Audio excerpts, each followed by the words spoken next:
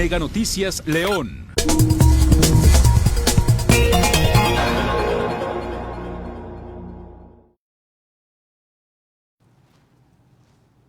Hola, ¿qué tal? Como todos los jueves, es un gusto y un placer que me permita ingresar a sus hogares con su programa A Fondo. Mire, el día de hoy vamos a tocar un tema de interés general, de importancia para la nación. Proteger los derechos humanos se establece en la Constitución Política de los Estados Unidos Mexicanos y también en algunos tratados internacionales. Esa es una de las principales funciones del Poder Judicial de la Federación.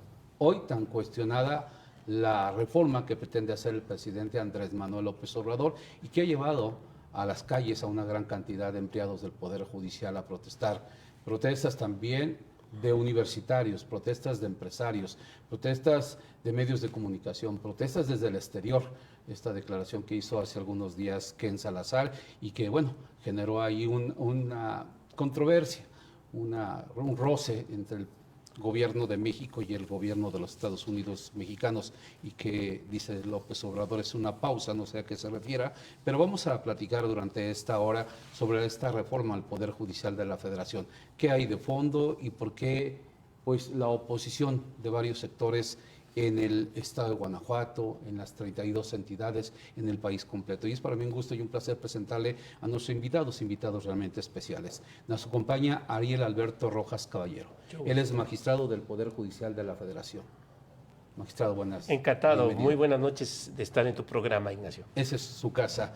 Mili Montes Manrique, presidenta del capítulo Guanajuato de la Barra Mexicana del Colegio de Abogados. Muchas Bienvenida. gracias, un gusto estar aquí. Tu Muchas casa. gracias. Nos acompaña Martín Eugenio Ortiz García, abogado constitucionalista. Martín, buenas noches, bienvenido. Nacho, buenas noches. Buenas noches. Hola, Martín. La mecánica es muy sencilla. A partir de ese momento, cada uno de ustedes tiene 5 minutos para establecer una primera postura y al final comenzamos a desmenuzar este tema para llegar finalmente a las conclusiones. Magistrado Ariel Alberto Rojas. Pues muchas gracias. Para mí es una gran oportunidad de platicar con tu auditorio, pues de la importancia de analizar a fondo una iniciativa de reforma constitucional al Poder Judicial en general y en su primera etapa con un impacto directo al Poder Judicial de la Federación.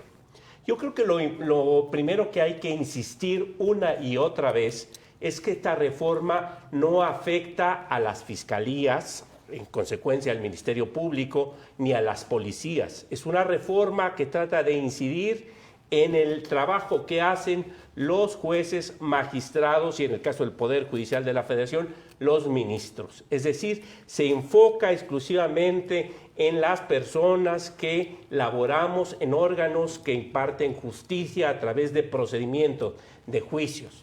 También hay que entender que nuestro país es una federación, que hay un poder judicial de la federación y que hay 32 poderes judiciales de los estados.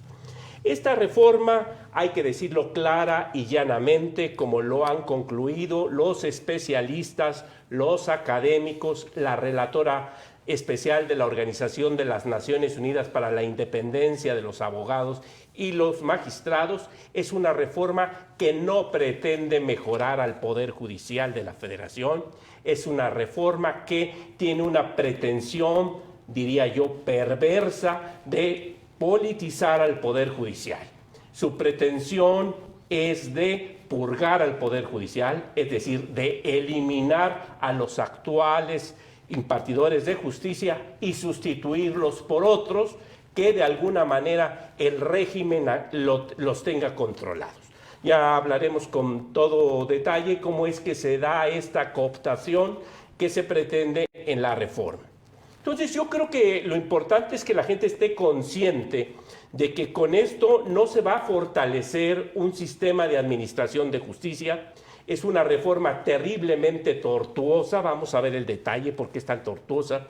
Es tremendamente onerosa, se habla de 3,000 a 7,000 millones o 30,000 millones de pesos, que bien podrían gastarse en mejorar realmente el sistema de administración de justicia. Es una reforma que no atiende a la urgencia de resolver problemas de acceso a la justicia.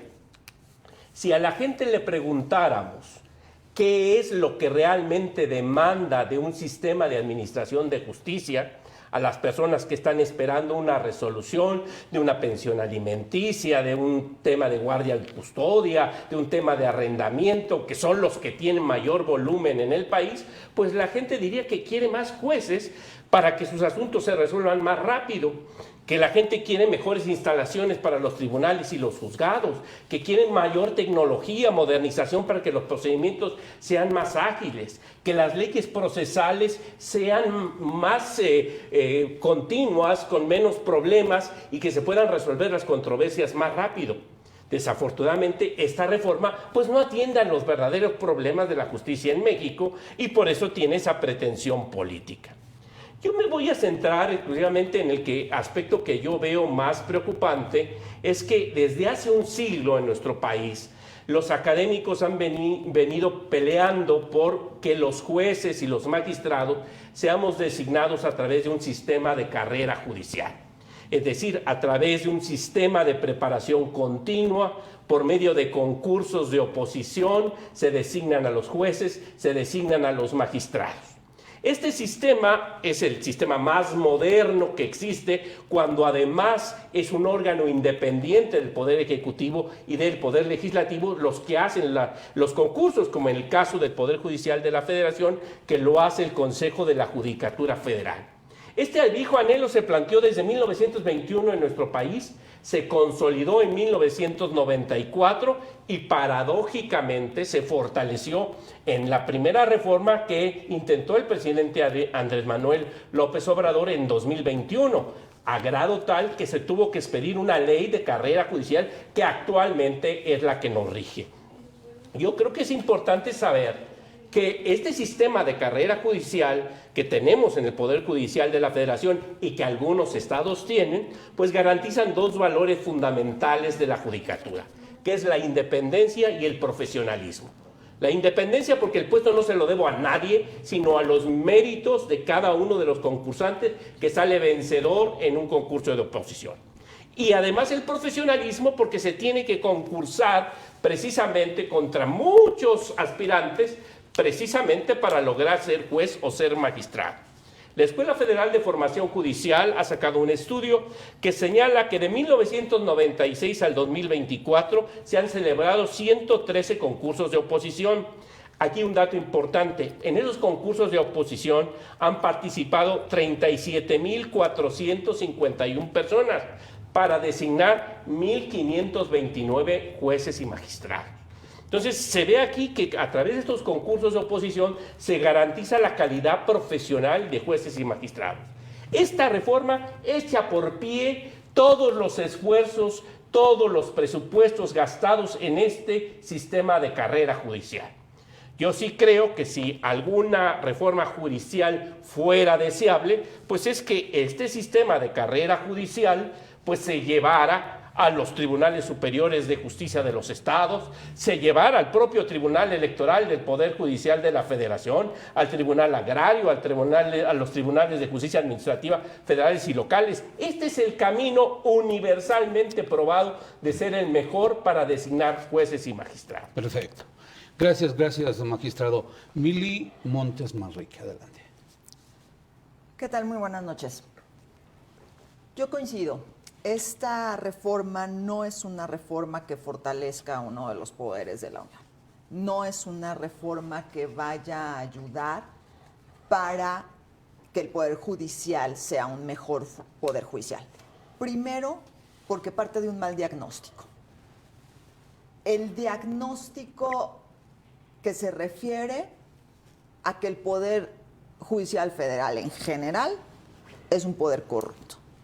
Y a partir del diagnóstico de corrupción, que es irreal, porque existen estadísticas de los usuarios del Poder Judicial que dicen que tienen un 94.6% de credibilidad entre las personas que acudimos como litigantes o como justiciables ante el Poder Judicial Federal. Entonces, parte de un mal diagnóstico, y cuando tienes un mal diagnóstico, pues la medicina no te va a curar, porque estás dando dosis inadecuadas, ¿no? Ahora, también parte de una premisa falsa. No es verdad que la elección popular garantice integridad de las personas elegidas. En ese caso no habría políticos corruptos, nadie sería corrupto al ser elegido por voto popular. Eso todos sabemos, no necesita mayor explicación, que es absolutamente irreal. Y tampoco garantiza la idoneidad de las personas que lleguen a tener el cargo de jueces o magistrados. Eso, en efecto, desde mi punto de vista, se garantiza a través de la formación y de la carrera judicial que hoy se está echando por tierra. Desde mi punto de vista, entre muchos otros inconvenientes, esta reforma, mencionaré algunos, tiene, primero, el inconveniente del costo. Como decía el magistrado, es una reforma onerosa, pero no solo a la hora de salir a votar y de lo que va a costar emitir las boletas y de lo que va a costar que se estén votando por elección popular. Es onerosa también porque echa por tierra 30 años de trabajo de la Escuela Federal de Formación Judicial. Esa inversión que se ha hecho durante 30 años se está tirando a la basura.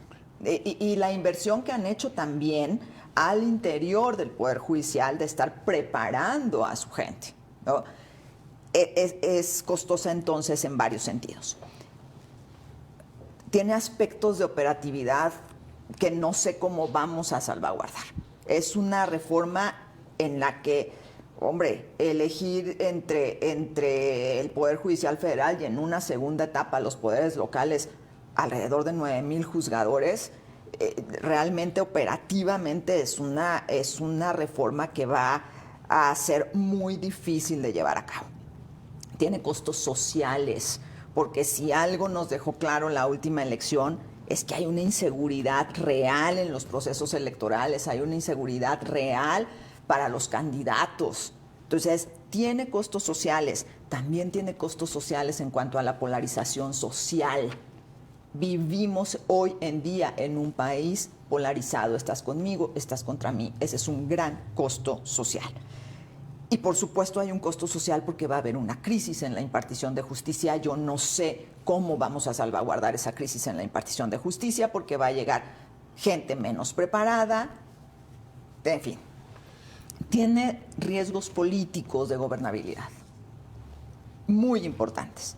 Y tiene, por supuesto, muchos riesgos legales porque afecta derechos no solo de los juzgadores, afecta derechos de la población. Desde mi punto de vista es una reforma inconvencional, afecta derechos de los gobernados, sus derechos humanos a tener una justicia independiente, por ejemplo.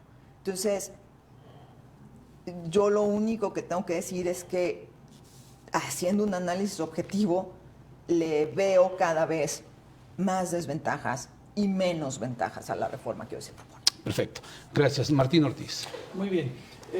Coincido con los planteamientos que han hecho mis compañeros de mesa. La reforma al Poder Judicial puede analizarse desde mi punto de vista a través de dos vertientes. Una es preguntarnos, como ya han comentado mis compañeros, si va a mejorar el servicio de administración de justicia para la población. Y coincido en que no lo hará. El método de elección popular de los jueces no nos garantiza ni jueces más honestos ni jueces más capaces. Y es muy posible que va a ser exactamente todo lo contrario, que van a llegar jueces improvisados. Tampoco va a ser más eficiente o eficaz a la justicia, tal vez la va a ser más precipitada, pero no de mejor calidad. No creo entonces que esta reforma, que muy seguramente, Nacho, va a ser aprobada la semana que entra, sí, y va a cambiar el rostro del Estado mexicano, estaremos ante un nuevo régimen, no creo que esta reforma nos lleve a una mejor administración de justicia. Pero también se puede analizar desde el punto de vista político-constitucional. Y yo quisiera hacer un comentario al respecto. En 1994 hubo una importante reforma a la Constitución donde se introdujeron en nuestra Constitución los medios de control constitucional y se creó una Corte Constitucional que coincide con la Suprema Corte de Justicia de la Nación. Un Estado tiene una Corte Constitucional cuando ésta está dotada de la facultad de anular con efectos generales las leyes aprobadas por el Congreso de la Unión. Es decir, cuando la Corte puede, perdonen la expresión, derogar, expulsar las leyes aprobadas por el Congreso por considerarlas inconstitucionales, entonces esa Corte tiene el carácter de Corte constitucional. Bueno, esta función de legislador negativo, de poder expulsar las leyes inconstitucionales hechas por el Congreso, molesta a todos los gobiernos populistas del mundo. Consideran que la función de poder anular una ley hecha por el Congreso es un fraude a la democracia. Porque desde el punto de vista de los regímenes populistas, las leyes fueron hechas por los representantes del pueblo y por lo tanto no hay legitimidad alguna para que una corte anule esas leyes aprobadas por los representantes del pueblo. Entonces, en todo el mundo, los regímenes nacional populistas buscan debilitar a las cortes constitucionales o desaparecerlas. Lo que está pasando en México es parte de un guión que siguen todos los gobiernos nacional populistas en el mundo. Antes de que le explotara la guerra a Netanyahu en Israel, siendo un líder populista, estaba en el proceso de anular la Corte Constitucional en Israel. Eso es lo que estamos viendo. La reforma está diseñada para que el Poder Ejecutivo, el presidente o en este caso la presidenta, se apodere, se trague de un solo bocado al Poder Judicial. La elección popular de los ministros va a ser el producto que nos va a entregar. Un sistema de división de poderes mutilado o debilitado. Y para poder respaldar lo que estoy diciendo, que la elección popular de ministros va a entregarle al Poder Judicial, al Poder Ejecutivo, al Poder Judicial, voy a poner un ejemplo. Voy a poner un ejemplo de cómo se van a elegir los nuevos 9 ministros de la Corte en junio del año que entra. Y sirve para que quienes nos están escuchando tengan una idea de lo que va a pasar si van a votar ese día. Van a llegar a una urna. De 11 a 9 se reducirá la propuesta. ¿Perdón? Sí. La propuesta se reduciría la Corte de 11 que tiene actualmente a 9. A 9. ¿Qué va a pasar cuando llegue un elector de buena fe a votar el próximo junio del año 2025 para elegir a los ministros? Bueno, le van a dar 5 boletas para elegir diferentes cargos, pero vamos a concentrarnos en la boleta de ministros de la Corte. Le van a dar una boleta que va a contener 81 candidatos para que de ahí se elija 9. Esos 81 candidatos van a estar divididos en 3 listas. Una lista de 27 candidatos propuestos por el Poder Legislativo. Una lista de 27 candidatos propuestos por la Suprema Corte de Justicia. Y una lista de 27 candidatos propuestos por la Presidenta de la República. Y la gente, en total son 81, la gente no va a conocerlos, porque prácticamente les va a estar prohibido hacer campaña. Y es gente que no ha hecho vida pública. Y la gente va a tener frente a sí 81 nombres de personas que no conoce y que tiene que elegir para sacar 9 ministros. ¿Cómo va a orientar la gente su voto? Dependiendo de quién propuso a cada uno de estos 81 candidatos. Hay que palomear los del Ejecutivo y el Poder Legislativo. Si el ánimo electoral y político del país es a favor de Morena y de su presidente, la gente va a ir a votar y escoger exclusivamente a los candidatos que fueron propuestos por la Presidenta de la República. Ahí está el veneno de la propuesta. De esta manera, al final de esa elección de la nueva Corte, tendremos un producto político, una Suprema Corte de Justicia de la Presidenta de la República y del partido hegemónico. Ese para mí es el objetivo político de la reforma, disminuir la división de poderes a su máxima expresión y crear un sistema de un representante único, una democracia de portavoz, donde la Presidenta de la República concentre todas las facultades y todos los poderes, aunque formalmente se mantenga una estructura de división de poderes.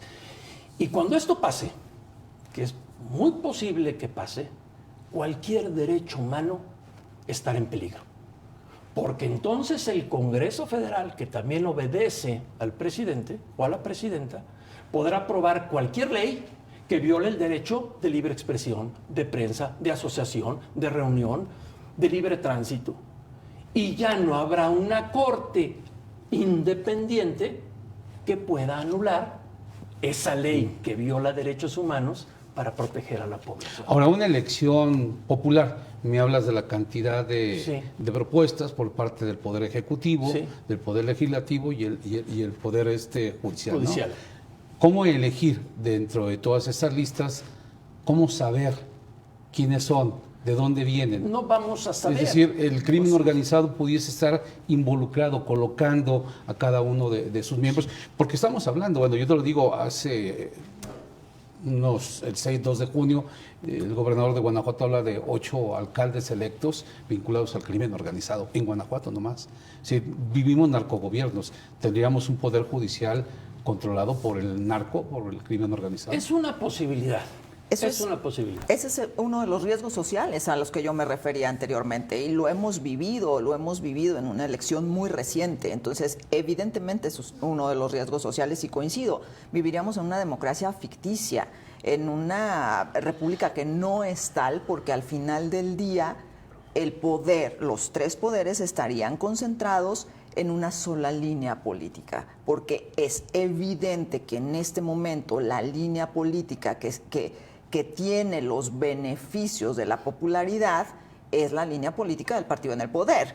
Y tienen 6 años, no tengo el dato, pero no sé cuántas veces se ha atacado al Poder Judicial en la mañanera. Entonces, ¿quién va a votar por los candidatos que ponga el Poder Judicial cuando se le ha dicho a ese electorado durante 6 años que son corruptos, que son vendidos, que no hacen bien su trabajo, que dejan libres a delincuentes, bueno, entonces, ¿quién va a votar por ellos?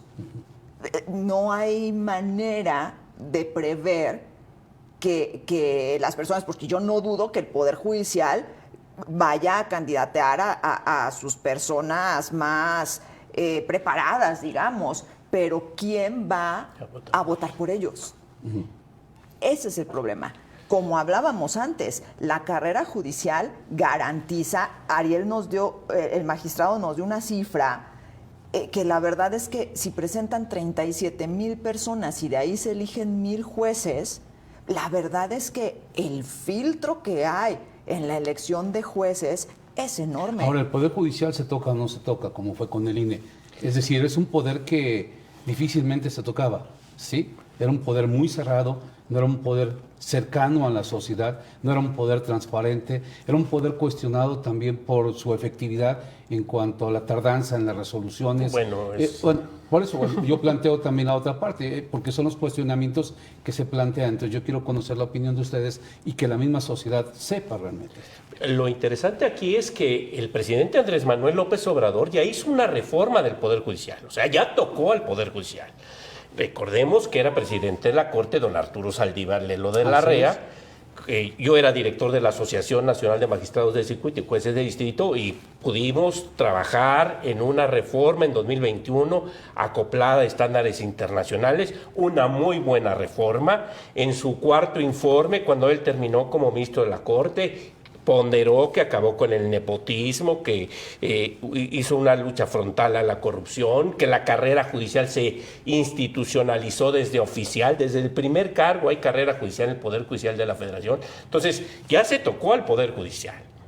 Lo que pasa es que como el presidente Saldívar no se pudo prolongar su mandato 2 años más, la misma Corte declaró inconstitucional el 13º transitorio de esa reforma, y que ya no podía seguir operando, como se dice en una denuncia anónima que se está investigando el propio Consejo y la Corte, que él influía en jueces y magistrados, etcétera, que llegó una ministra presidenta que entiende la independencia como debe entenderse, pues es que ahora dice que el Poder Judicial está lleno de corrupción y que hemos perdido el norte.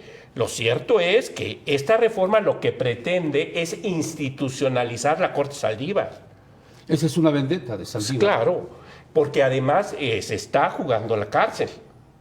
Tu interés que hay detrás de esto es desaparecer la Corte y el Consejo actual, porque hay investigaciones muy serias en trámite. Entonces creo que uno de los incentivos... ¿Se la compra López Obrador? Ese es un incentivo perverso. Pero yo quisiera hacer un acento porque creo que la gente merece saber esto. Esta reforma se circunscribe dentro de un marco de pérdida de derechos y de libertades muy grave y muy preocupante. El hecho de tener controlado al Poder Judicial de la Federación le quita a las mexicanas y a los mexicanos el derecho de amparo. Entonces, el amparo se va a volver, que es el que tiene el ciudadano como el instrumento fundamental para la defensa de sus derechos humanos, que se plantea ante los jueces de distrito, ante los magistrados de circuito, pues va a tener esos estímulos perversos que hemos estado hablando aquí, de la cooptación política, pero además son jueces y magistrados que salen de esta reforma sin garantías, por periodos muy cortos. Entonces, la verdad, creo que como no hay garantías para esos jueces, pues la corrupción va a ser una cosa de todos los días, porque finalmente, para llegar a esa posición, pues hay que hacer cabildeo político, y después para salir en la boleta y salir triunfador, pues hay que buscar de qué manera los electores te van a apoyar. Entonces, creo que esa es la situación más grave de esto. Pero esta reforma además se suma a otras bastante más preocupantes. Pero esa parte, magistrado, es decir, yo no podré tener el derecho de solicitar un amparo. Claro, lo vas a poder hacer, pero finalmente con qué parámetros se van a resolver. Porque va a haber un tribunal de disciplina que cualquier cosa que se falle en contra, ahora le cambiaron, ya no es el interés público, le cambiaron contra los principios. Pero ese tribunal de disciplina, cuando se falle contra el gobierno, va a iniciarle un procedimiento a ese juez, a ese magistrado, y finalmente lo van a destituir. Entonces, diferente de que en la reforma de 2021, en la Ley Orgánica del Poder Judicial, establecimos los tipos administrativos muy claros de cuando hay una responsabilidad administrativa, y no lo dejamos en fórmulas abstractas que la misma relatora de Naciones Unidas dijo que eso es contraria a los estándares internacionales y a la jurisprudencia de la Corte Interamericana. Pero déjame terminar la idea. Sí. Esta reforma se suma a la que amplía el catálogo de prisión preventiva oficiosa. Y viene el tema que a los empresarios les está preocupando mucho, el tema de defraudación fiscal. Hay cuestiones de que si te equivocas en una declaración es prisión preventiva oficiosa. Sí, porque es delincuencia organizada. Es cárcel sin sentencia. La militarización de la Guardia Nacional, la desaparición de los órganos autónomos y la desaparición de la representación proporcional. Entonces, estamos viendo que en esa concentración del poder se están perdiendo las libertades fundamentales. Yo he visto con mucha atención la preocupación de los empresarios mexicanos, del Consejo Coordinador Empresarial, sobre todo de la Coparmex, de la CONCAMIN, del Consejo Mexicano de Hombres de Negocios. La preocupación de los inversionistas extranjeros, de los gobiernos extranjeros, la preocupación de los académicos. ¿Por qué? Porque finalmente, sin jueces independientes y profesionales, el derecho se vuelve cualquier cosa menos derecho. Entonces, y aquí, en el caso del Poder Judicial de la Federación, nuestra principal encomienda es velar por el respeto de los derechos humanos de las personas a través del amparo. Entonces, si se pierde eso, el 46.3% de los amparos que se ventilan en el Poder Judicial de la Federación son administrativos, contra el gobierno. Temas fiscales, ambientales, todo, pero son contra el gobierno. El tema de amparos de salud, que ahorita nos tiene saturados a los colegiados administrativos. Eso es, ¿por qué? Porque se desapareció el Seguro Popular, el INSABI no funcionó, el IMSS Bienestar no está funcionando. ¿Qué hace la gente? Promueve amparo para que le den su tratamiento médico. Y si tú le das el amparo al ciudadano, te van a correr. Pues si es un asunto fiscal que le interese mucho al gobierno, seguramente. Sí. Irás al Tribunal de Disciplina, el Tribunal de Disciplina seguramente dirá que algo hiciste mal, que hay un asunto de corrupción, él te destituirá, y además de destituirte, es que no hay un recurso para que jueces y magistrados Apelen. puedan apelar la decisión del Tribunal de Disciplina. En la iniciativa original nueva. era un tribunal uninstancial que violaba todos los estándares de derechos humanos porque no había el derecho a un recurso eficaz. Ya lo crearon, pero lo crearon de mentiras porque vale la pena que abordemos un poco, antes de retomar esto, ¿qué es el Tribunal de Disciplina? Para que la gente que nos está escuchando. La reforma que propone el presidente de la República y que será aprobada la semana que entra, crea un Tribunal de Disciplina Judicial. Suena hasta un poco a la Inquisición. El que va a estar observando a los... Integrado de 5 miembros, electos por el pueblo. Sí. Y va a ser el mismo método de elección que el de los ministros.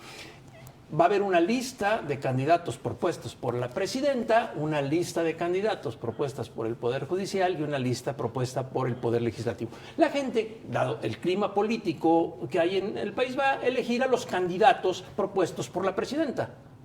Y vamos a tener un tribunal de disciplina, que es el encargado de castigar e investigar a jueces y magistrados, controlado por la presidenta. La Santa Inquisición. La Santa Inquisición controlada desde Palacio Nacional. Yo le llamo esto el efecto de la pistola en la sien. Los juzgadores van a trabajar con una pistola en la sien, que es lo que viene siendo este tribunal de disciplina controlado desde Palacio Nacional, no como un órgano de control interno del propio Poder Judicial. Entonces es muy grave lo que está pasando con este tribunal de disciplina. Ahora, el tribunal de disciplina va a crear una comisión para que investigue y para que lleve a cabo el procedimiento sancionatorio en contra de los jueces. Y esa decisión que tome esta comisión va a ser de primera instancia. Y el afectado va a poder apelar, por así decirlo, ante el pleno del Tribunal de Disciplina. Pero resulta que la comisión va a estar conformada por 3 de los 5. Es decir, la apelación la va a resolver los mismos que emitieron la sentencia. Entonces, no tiene ni pies ni cabeza. Yo quisiera saber si el Poder Ejecutivo estaría de acuerdo en una reforma constitucional donde su Contraloría Interna fuera elegida por el pueblo a través de propuestas del Poder Judicial. Y que no tuviera la posibilidad de impugnar. De impugnar. Y si lo impugna, sería el mismo pueblo quien los tuviera que castigar. Realmente es peligroso y esto abona lo que hemos venido comentando, que esta reforma debilita la división de poderes y la independencia del Poder Judicial. Me permiten un minuto, vamos a un corte y regresamos. El tema del día de hoy es la iniciativa de reforma al Poder Judicial de la Federación y hablaremos también de los jueces sin rostro, esto que se dio en Colombia en su momento y lo pretenden instaurar en México. No se vaya, volvemos en un instante.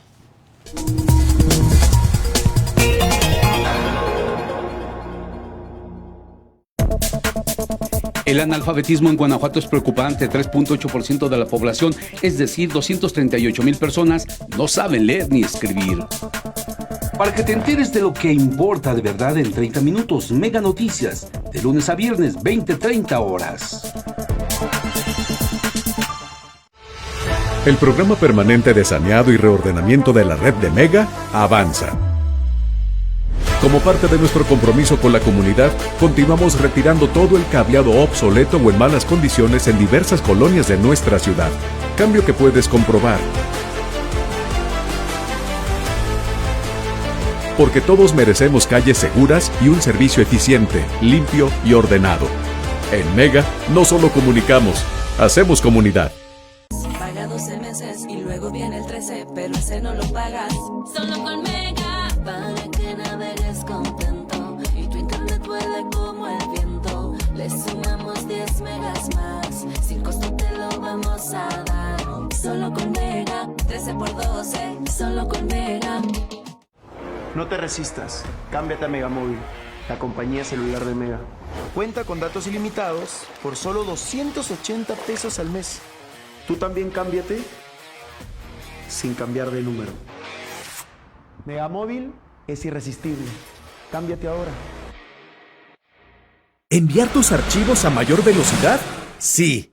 ¿Derrotar a tus amigos jugando sin lag? ¡Sí! Con el internet simétrico de Mega, tus datos de subida son tan rápidos como los de bajada. Contrátalo por solo 100 pesos más al mes. es rápido, es Mega. ¿Y eso? Sofi, es XG Plus móvil. Lo descargas desde tu App Store o Google Play. Luego ingresas con tu usuario y contraseña de servicios en línea. Así puedes comenzar a ver tus series y películas favoritas en tu televisión. Ya si quieres después te cambias a tu teléfono o tu tablet. Y lo mejor de todo es que el contenido se queda donde lo dejaste, mira. Ya lo tienes, es XP Plus. Úsalo.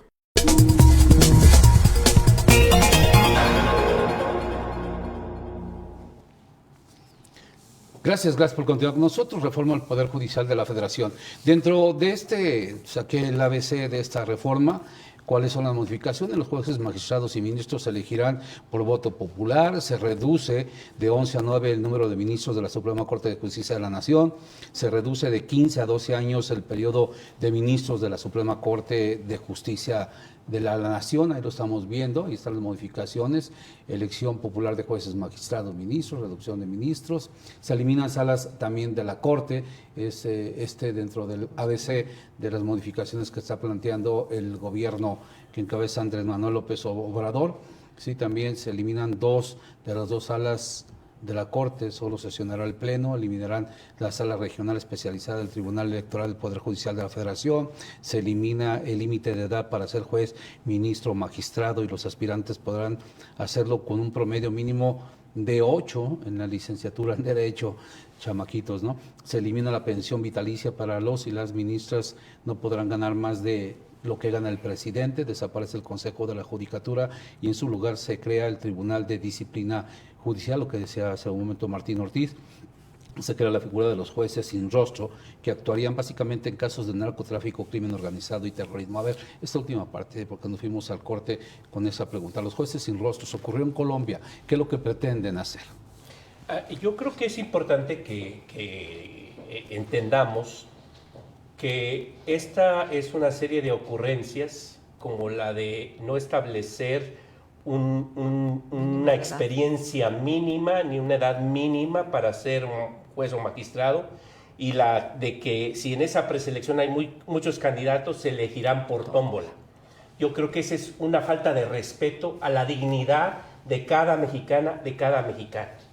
El hecho de establecer sabemos que hay muchas escuelas de derecho patito, que para ser juez o magistrado 8 de promedio, pues creo que habla de que esto no es una cosa seria, no está hecho con bases, con estándares, por personas calificadas.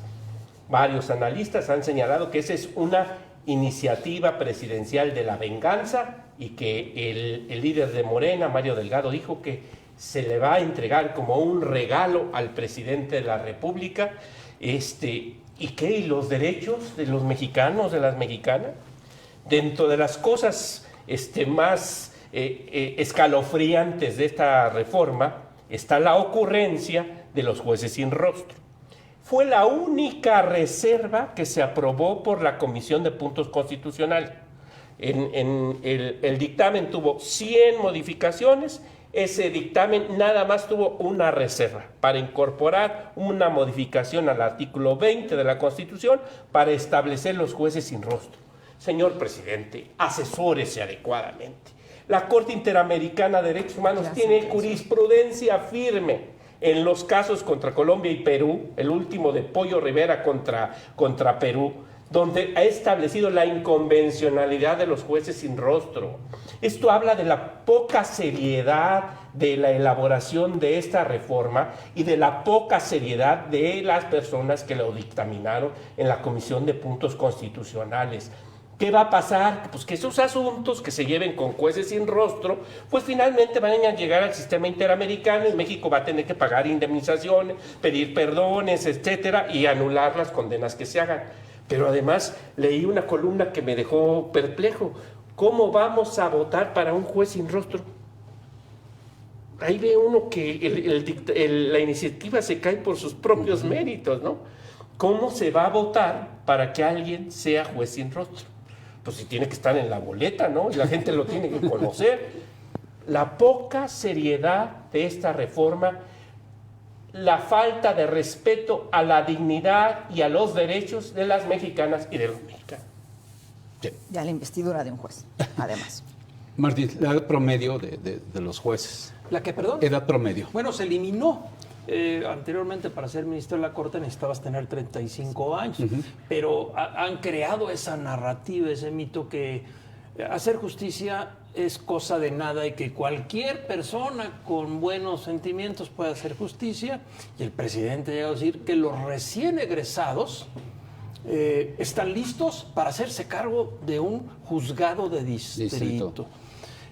Porque para ser juez de distrito ya no se va a pedir ninguna experiencia.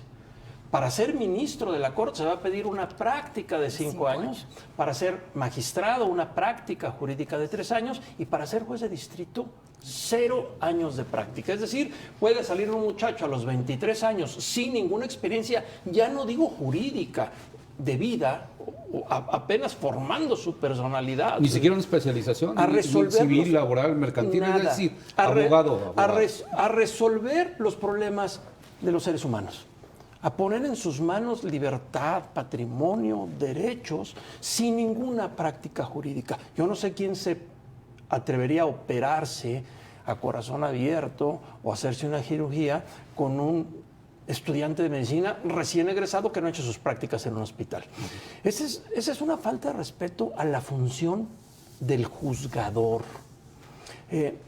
La ruptura de la carrera judicial es tremenda. O sea, hoy en día un mexicano o una mexicana entra al Poder Judicial Federal y puede hacer una carrera ahí como proyecto de vida.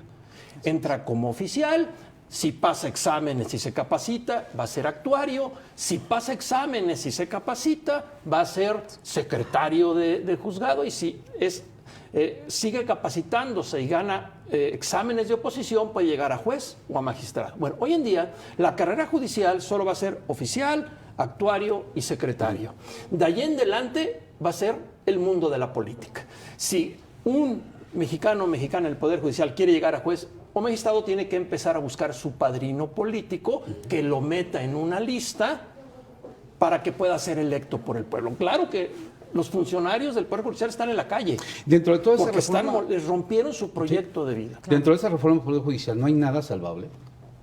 Mira, yo sí creo que, sinceramente, y lo vimos con las últimas designaciones de ministras de la Corte, sí el sistema para designar ministras de la Corte debe cambiar. El actual sistema es que el presidente presenta ternas, si 2 veces se la rechazan, él escoge. Creo que ese sistema debe cambiar, pero debe cambiar por algo mejor, ¿no?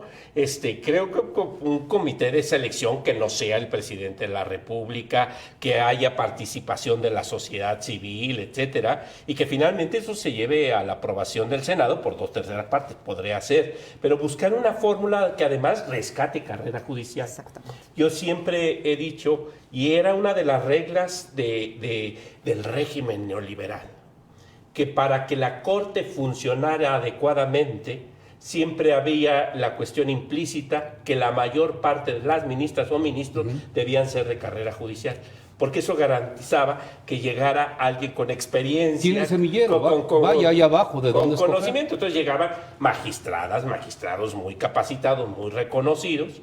Está arreglado, pero hasta con el presidente Peña.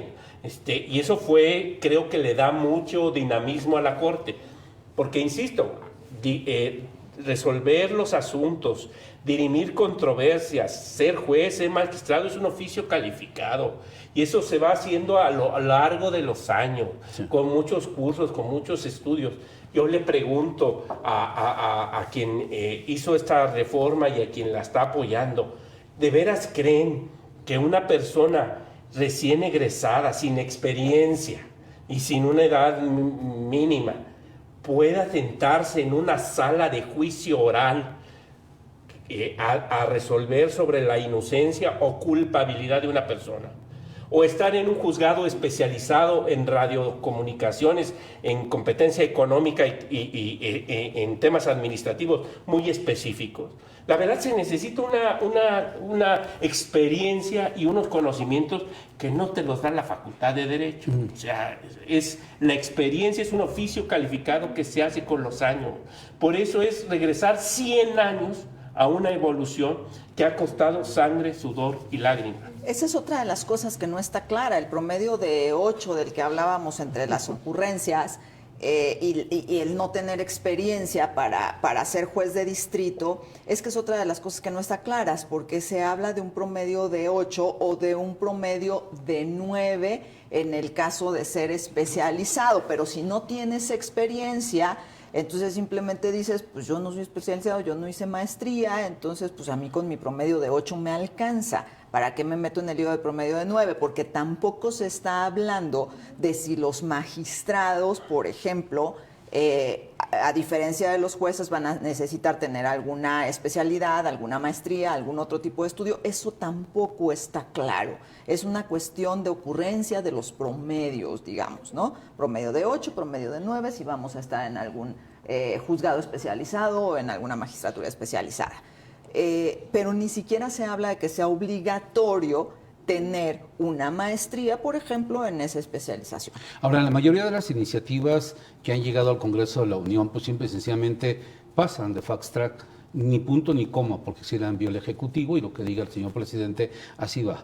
En esa hay la posibilidad de que se abran mesas de diálogo, hay la posibilidad de que el mismo Poder Judicial pueda intervenir, modificar la barra de abogados, los constitucionalistas, incluso la misma sociedad, ¿por qué no? O está cerrado totalmente a este tipo de cosas. Y si las expresiones que estamos viendo en estos momentos en la calle, manifestaciones de voces de fuera de este país que están hablando del temor que representa desde la Procuración de Impartición de Justicia, desde el tema económico, esta relación del Tratado Comercial México-Canadá, Estados Unidos, ¿hay la posibilidad de hacer algo? Mira, Ignacio, el tema aquí más serio es que a partir del 21 de agosto nosotros nos fuimos a un paro respaldando una acción inicial de los trabajadores, pero jueces y magistrados apoyamos ese paro porque desafortunadamente no nos escucharon en los diálogos nacionales que abrió el Congreso de la Unión. Hemos buscado por todos los medios posibles que nos escuchen, que entiendan lo que está en juego, pero simplemente es cumplir con la venganza del presidente de la República y entregarle la cabeza del Poder Judicial al presidente Andrés Manuel para llevársela a su rancho en Palenque, Chiapas. Desafortunadamente, los legisladores de la mayoría de Morena y sus aliados están condenando a nuestro país, no solo a una crisis económica, que ya estamos viendo bastantes alertas, sino además a un retroceso en el tiempo de un siglo en la administración de justicia. Es muy fácil destruir la carrera judicial, pero volverla a implementar va a costar sangre, sudor y lágrimas. Yo quisiera ponerme en los zapatos de las personas de carne y hueso, de las que promueven amparo porque no tienen el tratamiento, las personas que promueven amparo porque no encuentran a un familiar y está desaparecido, o un familiar que está detenido arbitrariamente. ¿Qué va a pasar con esos jóvenes inexpertos jueces del bienestar, así ya les hemos llamado nosotros, que no conocen, que no saben? La curva de aprendizaje va a ser muy grave en detrimento de las personas más débiles, de las personas que más necesitan la cercanía de la justicia. Esta reforma va en sentido contrario totalmente de lo que los mexicanos y las mexicanas necesitamos. Una justicia profesional e independiente. Martín, desde el punto de vista constitucional, desde el punto de vista legal, la Corte Interamericana, ¿se puede hacer algo o simple y sencillamente ya no? Bueno, sí, queda la jurisdicción internacional. Presentar una reclamación ante la Corte Interamericana de Derechos Humanos, lo comentaba el magistrado cuando tuvimos un corte, que solo quedaría eso, que se acudiera al Sistema Interamericano de Derechos Humanos y se presentara este caso, porque ya la relatora de la ONU en la materia pues ha señalado que sí se violan garantías judiciales, que sí se viola independencia judicial, y que se violan derechos humanos de llegarse a aprobar esta reforma. Ahora, cuando sea un tribunal internacional el que resuelva este asunto, va a haber un conflicto político entre el Estado mexicano que seguramente no habrá de aceptar esa resolución de un tribunal internacional. No, la injerencia. Van a denunciar la injerencia y nos llevaría a una crisis en cuanto a la pertenencia de nuestro país al sistema americano de derechos humanos. La amenaza de que pueda salir. La amenaza de que pueda salir, decía el magistrado, no importa que México salga porque si es condenado tendría que cumplir la sentencia, aunque sí impactaría para la vida política y social mexicana que México se desadheriera de el Pacto de San José y de la Corte Interamericana de Derechos Humanos. Sería una nueva etapa regresiva para nuestro país si ya no formáramos parte de ese sistema americano de protección de los derechos humanos. Miri, ¿tú crees que con las presiones que se están ejerciendo en estos momentos puede haber alguna luz que ilumine al nuevo gobierno que encabeza Claudia Sheinbaum y que pueda modificarse en beneficio de...? Yo lo esperaría porque son muchos sectores de la población los que en este momento se están manifestando, y no solo a nivel nacional, sino también a nivel internacional, como lo comentábamos. Hay gobiernos manifestándose, o representantes de gobiernos, el sector financiero, los estudiantes, por ejemplo, el sector empresarial, los académicos. Son muchas voces informadas las que están informadas, no manipuladas, como por ahí dicen. Informadas las que están advirtiendo de los riesgos de la aprobación de esta reforma tal y como está. Que hay cosas que modificar, que hay cosas que mejorar, que todo es perfectible, por supuesto que sí, y lo hablaba el magistrado respecto de la manera de designar a los ministros, por ejemplo. Sin embargo, no es esta la salida, no es esta reforma la que nos va a llevar a tener una mejor administración de justicia. Por lo pronto, tendría que contemplar una reforma a la justicia, tendría que contemplar a la Procuración de Justicia también, a los primeros respondientes, a las policías, a las fiscalías, a las procuradurías. Tendría que darse mayor presupuesto, que se crearan más juzgados, que se tuviera más defensores, a las defensorías, en fin. Hay muchos puntos que no se tocan. ¿Riesgo que pudieran estar impactando en cadena a los poderes judiciales locales? Por supuesto. Por supuesto, esta reforma los incluye y es algo que se ha tocado poco, pero los incluye, lo decía el magistrado. Una primera etapa sería para el Poder Judicial Federal, pero es una reforma que incluye a los poderes locales. La misma receta. Exacto. Es para los locales. Para los locales. Perfecto. Pues yo agradezco a cada uno de ustedes, el tiempo se nos vino encima, hay mucho que analizar por cada uno de los temas. Esperemos que pues abran la puerta ya, ¿no? Porque me queda claro que el presidente López Obrador no digo que, pues bueno, qué bueno que están en protesta porque los delincuentes no van a poder salir, burlándose, ¿no? de lo que está ocurriendo en este país. Pero a usted, público televidente, ya lo manifestó el magistrado muy claro. Si usted va a solicitar un amparo, pues simple y sencillamente se van a cerrar muchas puertas. Son jueces y parte a la vez, quieren hacerlo, quieren tener el control absoluto. Lo vimos la desaparición, esta desaparición de los órganos autónomos, lo que está pasando en el Poder Judicial, la mayoría en el Congreso de la Unión, la sobrerepresentación, en fin, es un todo que lleva a un solo personaje, a un solo poder, el estar modificando todo eso. Es como en casa, cuando papá dice aquí yo solo tengo la razón y aún pueda ser el que no la tiene y no se consulta a mamá, a los hijos, pero yo soy el que decide. Esto es peligroso, es así más o menos lo que está ocurriendo. Agradezco a Ariel Alberto Rojas Caballero, magistrado del Poder Judicial de la Federación, el haber aceptado esta invitación. Encantado de estar contigo, Ignacio. Mili Montes Manrique, también es presidenta del capítulo Guanajuato de la Barra Mexicana de Abogados. Martín Ortiz, siempre un placer, Martín, constitucionalista. Gracias, un gran conocedor precisamente de la Constitución, el mayor, la Carta Magna, pues, que nos rige a todos los mexicanos. Gracias, Martín. Y gracias a usted, como todos los jueves, el que me haya permitido ingresar a sus hogares con su programa. Hasta luego.